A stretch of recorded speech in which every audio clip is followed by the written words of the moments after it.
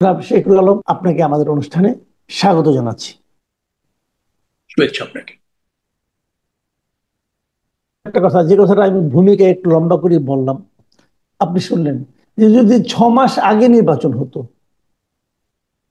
যদি ধরেন অক্টোবরে যদি নির্বাচন হতো, সেপ্টেম্বরে যদি নির্বাচন হতো, তাহলে যে অবস্থায় আপনারা থাকতেন, ফেব্রুয়ারি হওয়া থেকে কি আপনাদের সুবিধা বাড়বে না কমবে? আপনার কি মনে হয়? ধন্যবাদ আপনাকে। আমি খুব একটা বেশি উম, পরিবর্তন দেখছি না, কারণ বিএনপি বড় রাজনৈতিক দল। 6 মাস পূর্বে যদি নির্বাচনটা হতো, অথবা ফ্যাসিবাদী সরকারের পতনের 6 মাসের মধ্যে যদি নির্বাচনটা হতো, হ্যাঁ, বিএনপির পক্ষে একটা গণজোয়ার সৃষ্টি ছিল। এবং মানুষ স্বাভাবিকভাবে মনে করে নিত যে আওয়ামী লীগের পতন হয়েছে, অতএব বিএনপি রাষ্ট্র ক্ষমতার জন্য উপযুক্ত, এবং তাকে গণরায় প্রদান করে রাষ্ট্র ক্ষমতায় অধিষ্ঠিত হওয়ার অবাধ সুযোগ জনগণ করে দিত। এটা ঠিক আছে। কিন্তু আগামী ফেব্রুয়ারিতে নির্বাচন হলে বিএনপিকে যেটা করতে হয়েছে, সেটি হচ্ছে যে মানুষের কিছু প্রত্যাশা, অন্যান্য রাজনৈতিক দলের কিছু চ্যালেঞ্জ ছুড়ে দেওয়া, জনপ্রিয়তা ধরে রাখার জন্য বিএনপির সেটাকে ফেস করতে হচ্ছে, মোকাবেলা করতে হচ্ছে। তো এর দুটি দিক আছে। একটা হচ্ছে যে আপনি কিছুটা শানিত হতে পারছেন, আপনি পরিবর্তিত পরিস্থিতিতে, বিদ্যমান পরিস্থিতিতে বিএনপি নিজেকে যোগ্যতার প্রমাণ দেওয়ার জন্য জনগণের কাছে আরো বেশি নতুন ভাবে উপস্থাপন করতে হচ্ছে, সময় পরীক্ষায় উত্তীর্ণ হতে হচ্ছে। দলের মধ্যে বেশ কিছু জরাজীর্ণতা ইতিমধ্যে চিহ্নিত হয়েছে, সেইগুলিকে নতুন করে পুনর্গঠন করতে হচ্ছে। তো এটা একদিক দিয়ে হচ্ছে যেটা, যে বিএনপি একটু চ্যালেঞ্জে পড়েছে, কিন্তু বিএনপি আত্মশুদ্ধি অথবা নিজের সেলফ কারেকশন হওয়ার একটা সুযোগ তৈরি হচ্ছে, এবং সেটা কিন্তু রাষ্ট্র এবং জনগণের জন্য কাজে লাগবে, প্রথমত। জি। দ্বিতীয়ত একটা বিষয় আছে, সেটা হচ্ছে যে বিএনপি যে রাষ্ট্র ক্ষমতায় থাকা অনিবার্য এবং অপরিহার্য জনগণের ভোটের মাধ্যমে, সেটা আবার জোরালো হচ্ছে। কারণ বাংলাদেশের জনগণ মনে করতো রাজনীতিবিদরা ব্যর্থ, সব দল দেখেছি, আমাদের দেশের নাগরিক সমাজ, সিনিয়র সিটিজেন যারা অন্তর্বর্তীকালীন সরকারের নেতৃত্ব দিচ্ছে, তাদের মেধা প্রজ্ঞা অত্যন্ত রাষ্ট্রবান্ধব, তারা দেশের উন্নয়নের জন্য অনেক বেশি কাজ করতে পারে, তাদেরকে সুযোগ দিলে মনে হয় দলমত নির্বিশেষে রাষ্ট্র স্বতন্ত্রভাবে ফাংশন করে এবং জনগণের অধিকারগুলি প্রাধান্য পায়।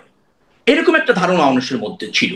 কিন্তু অন্তর্বর্তীকালীন সরকার গত 1 বছরের বেশি যেভাবে দেশ পরিচালনা করেছে, তাতে মানুষ খুব খুব একটা আশা রাখতে পারেনি, আশাহত হয়েছে। যার ফলে রাজনীতিবিদদের দেশ পরিচালনার জন্য প্রয়োজন, এবং রাজনৈতিক ব্যক্তিরাই উপযুক্ত। রাজনৈতিক দল ছাড়া দেশ পরিচালনা ভালো হয় না, এবং বিএনপির কোনো বিকল্প নাই, এই ধারণাগুলি আরো প্রতিষ্ঠিত হয়েছে।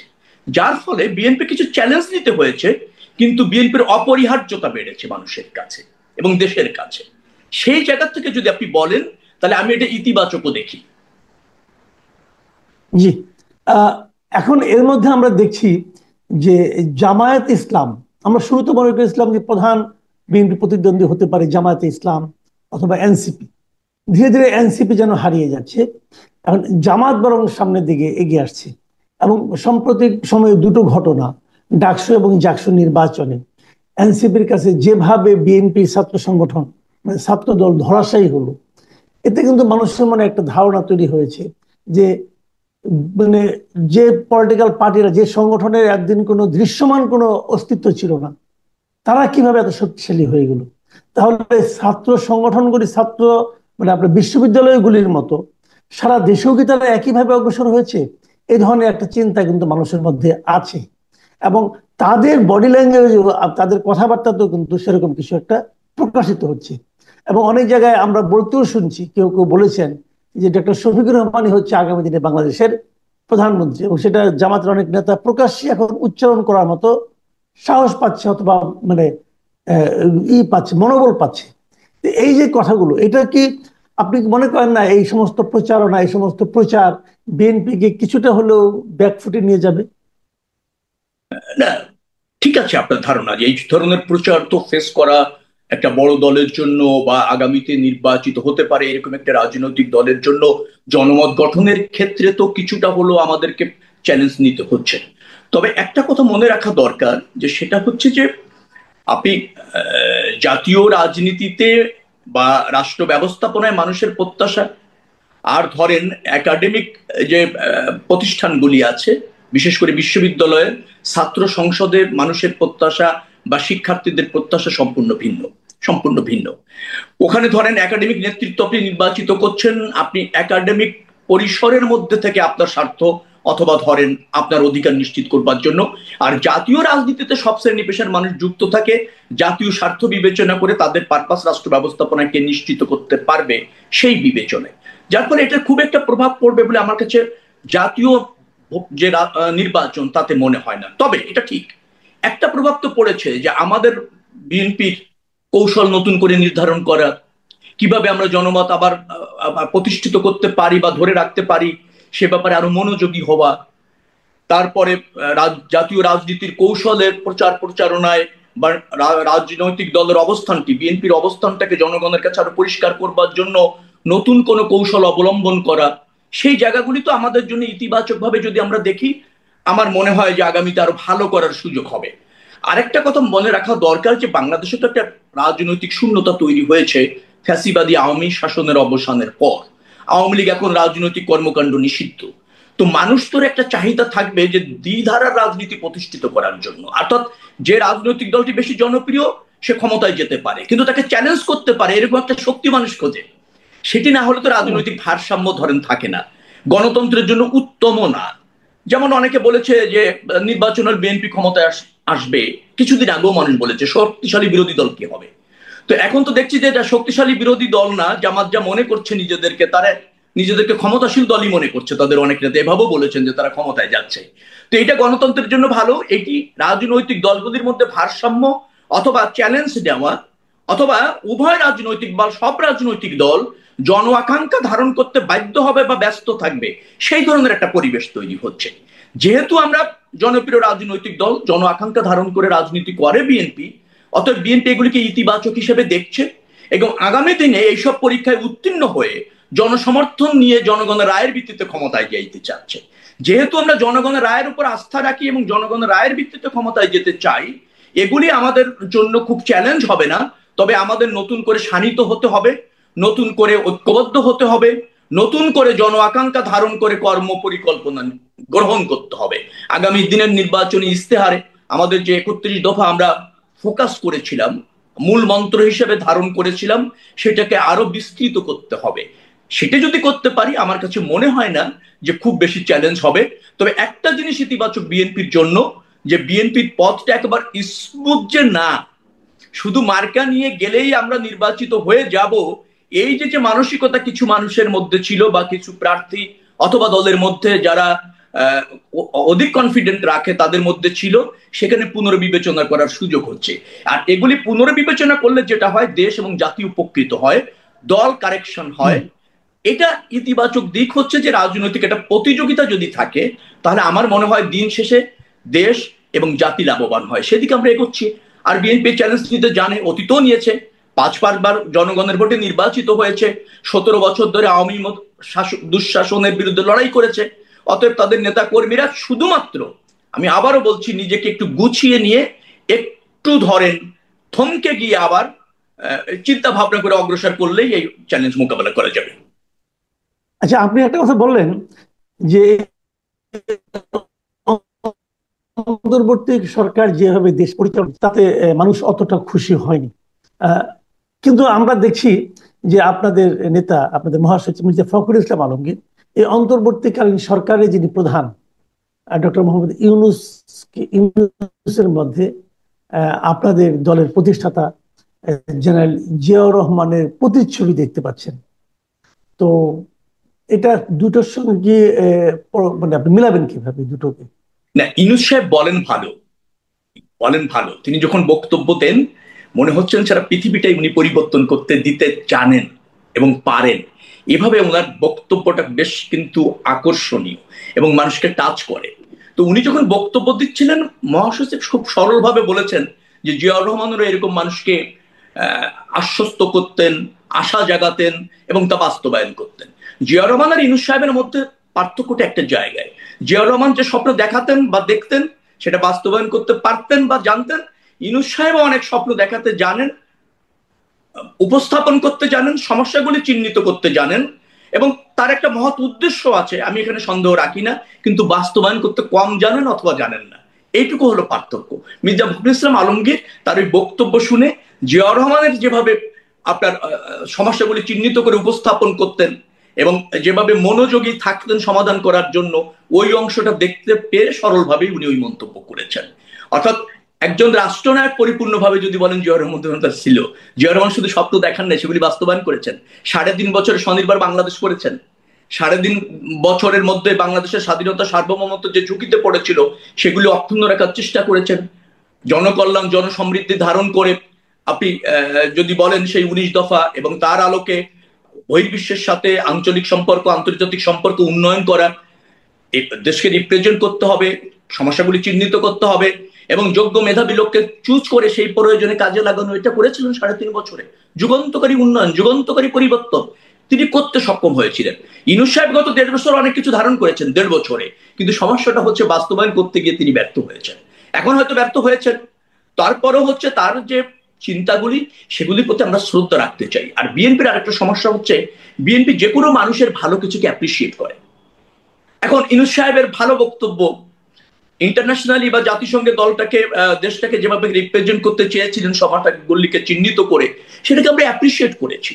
আবার আমরা ওখানেও আবার সজাগ আছি যে আপনি শুধু চিহ্নিত করবেন, বাস্তবায়ন করবেন না। তো সেই বাস্তবায়ন করার জন্য কোন ওয়ে আছে সেটা দিয়ে আমরা পরামর্শ দেই। আবার জনগণের রায় নিয়ে আমরা নিজেরা বাস্তবায়ন করতে চাই। একটা রাজনৈতিক দলের মহাসচিব আমার মনে হয় যে উদারতার পরিচয় দিয়ে এটা বলেছেন, সেটাকে একেবারে মানে পালনীয় স্মরণীয় এভাবে ভাবার কোনো সুযোগ নেই।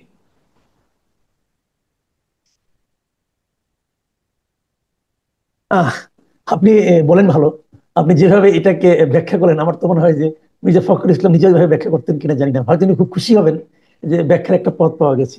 না, আমি মানে অভিভূত আপনার বক্তব্যে। যা হোক, আমরা অনেক কথা বললাম। জনাব শেখ রুবেল আলম, আমরা আবারও আপনার সঙ্গে, যদি আপনি সময় দেন, আমরা ইনশাল্লাহ মিলিত হওয়ার চেষ্টা করব। আপনি আমাদের অনুষ্ঠানে সময় দিয়েছেন, এই জন্য আপনার প্রতি আমাদের কৃতজ্ঞতা। আহ প্রিয় দর্শক, আপনারা শুনলেন বিএনপি জাতীয় নির্বাহী কমিটির সদস্য জনাব শেখ রুবেল আলমের ব্যাখ্যা।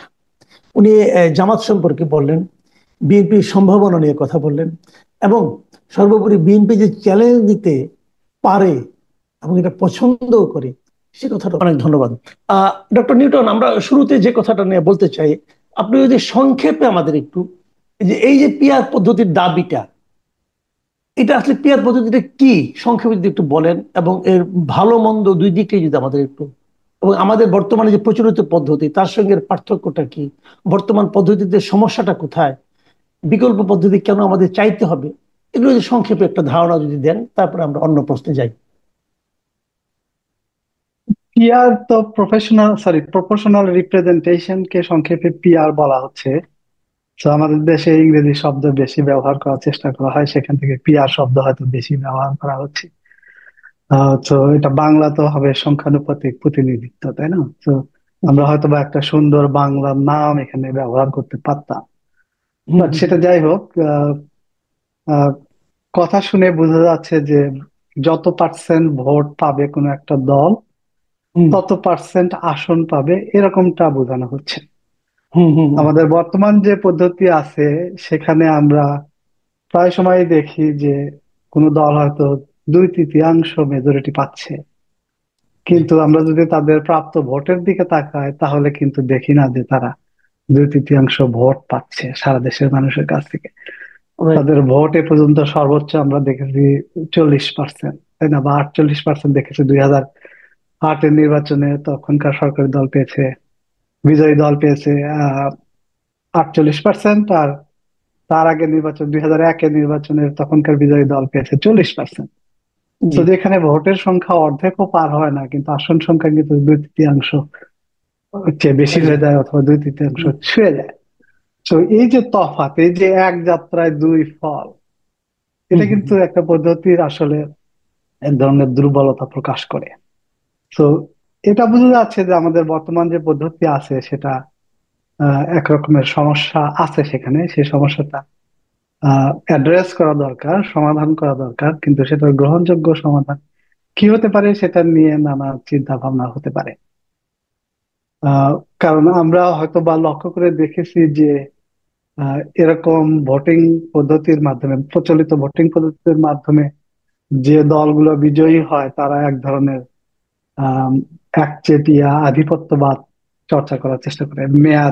বিভিন্ন মেয়াদে বিভিন্ন সরকারই আমরা দেখেছি সেটাই ঘটে। সুতরাং আহ আসন সংখ্যাটা যদি কোনোভাবে ভোটের সাথে সমানুপাতিক রাখা যায় তাহলে হয়তো তাদের যে লাগামহীন ঘুড়ি উড়ানোর প্রবণতা সেটাকে টেনে ধরা সম্ভব হবে, তাদেরকে এখানে একটা কথা গ্রাউন্ডেড আমি বলি, রাখা সম্ভব হবে। এখানে আপনি একটা কথা বলি, আপনি বলছেন যে এই যে একচেটিয়া আধিপত্য বিস্তার করার যে একটা পদ্ধতি আমাদের বর্তমান প্রচলিত পদ্ধতিতে আছে, এটাকে আপনি ফল্টি বলছেন।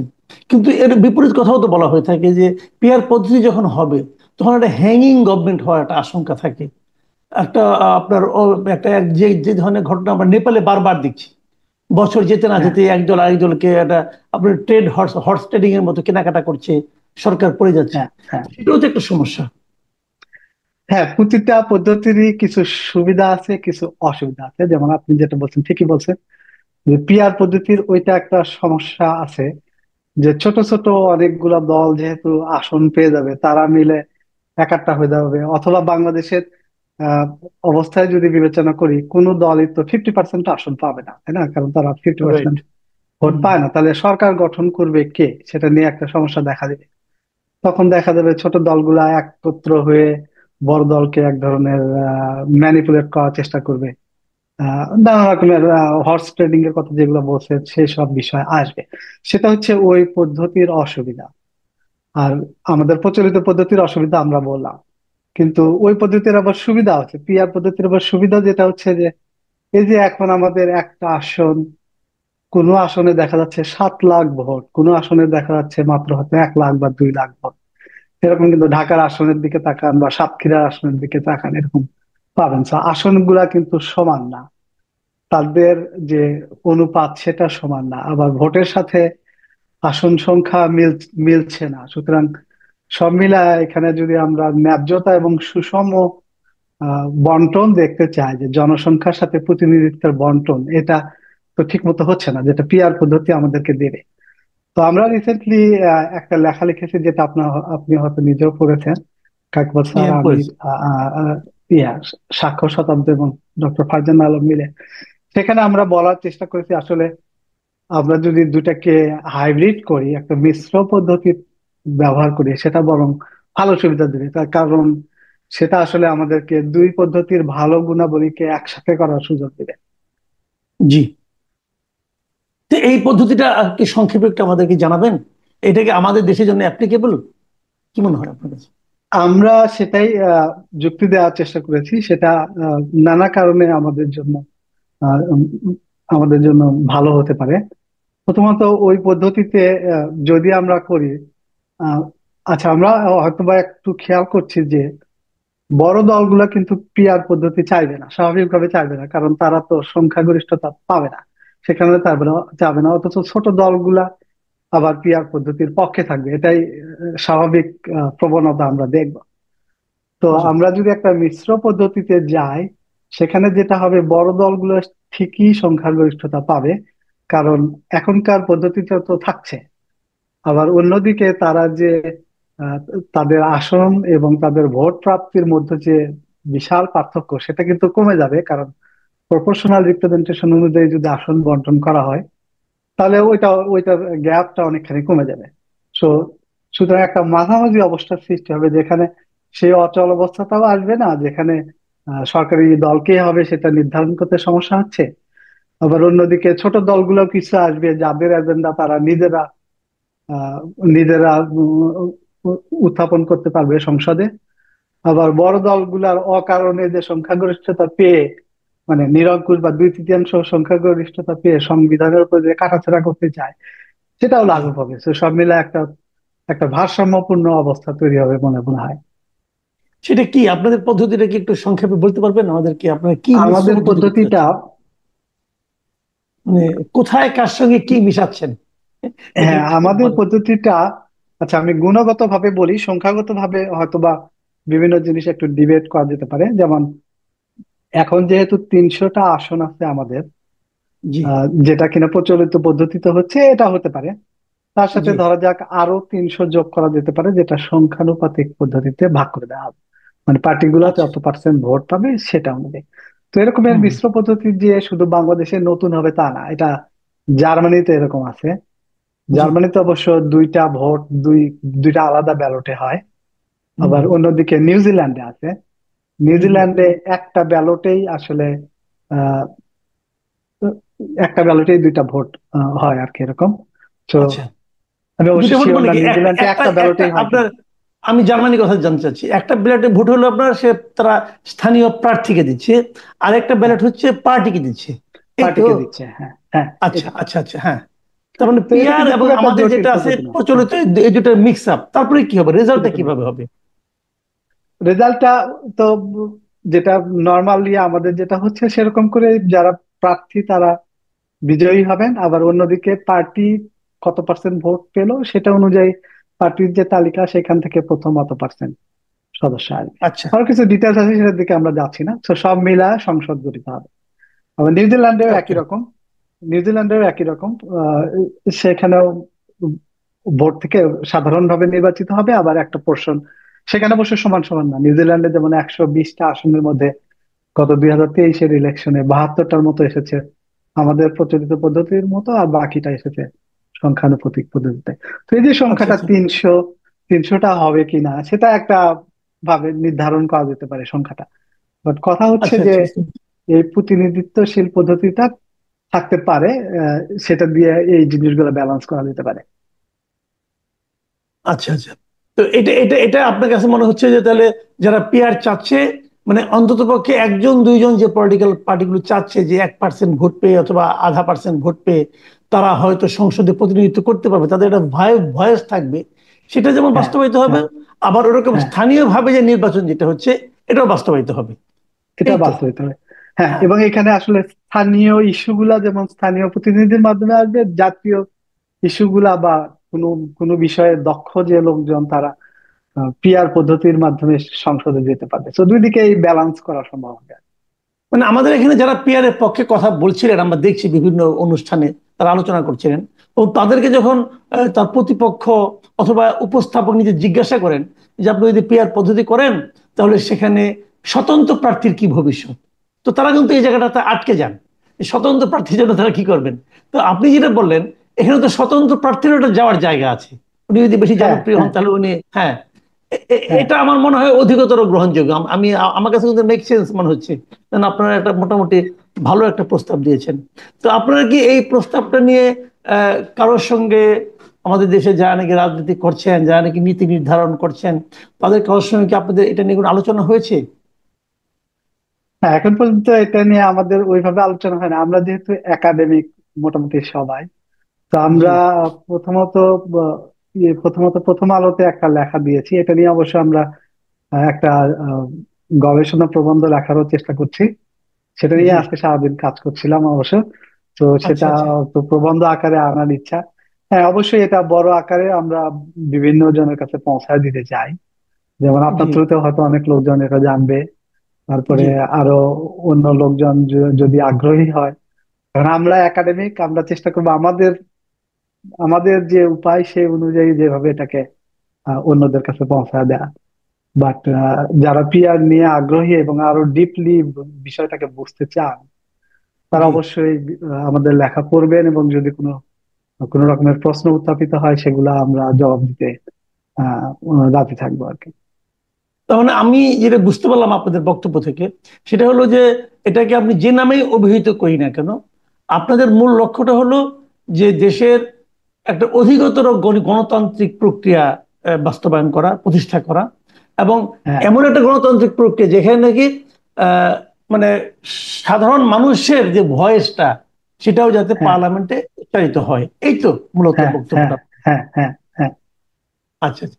আচ্ছা, আপনাদের পদ্ধতিতে আপনার যারা পিআর পদ্ধতিতে যারা নির্বাচিত হবে, মনে করেন একটা পার্টি, পলিটিক্যাল পার্টি, তারা মনে করেন আপনার 2% ভোট পেল, তাহলে তাদের অনুপাতটা কি নির্ধারিত হবে 300 আসনের প্রেক্ষিতে নাকি 600 আসনের প্রেক্ষিতে? আমি যদি 300 300 করে ধরি। 300 আসনের প্রেক্ষিতে, মানে যে 300 আসন সংখ্যানুপাতিকের জন্য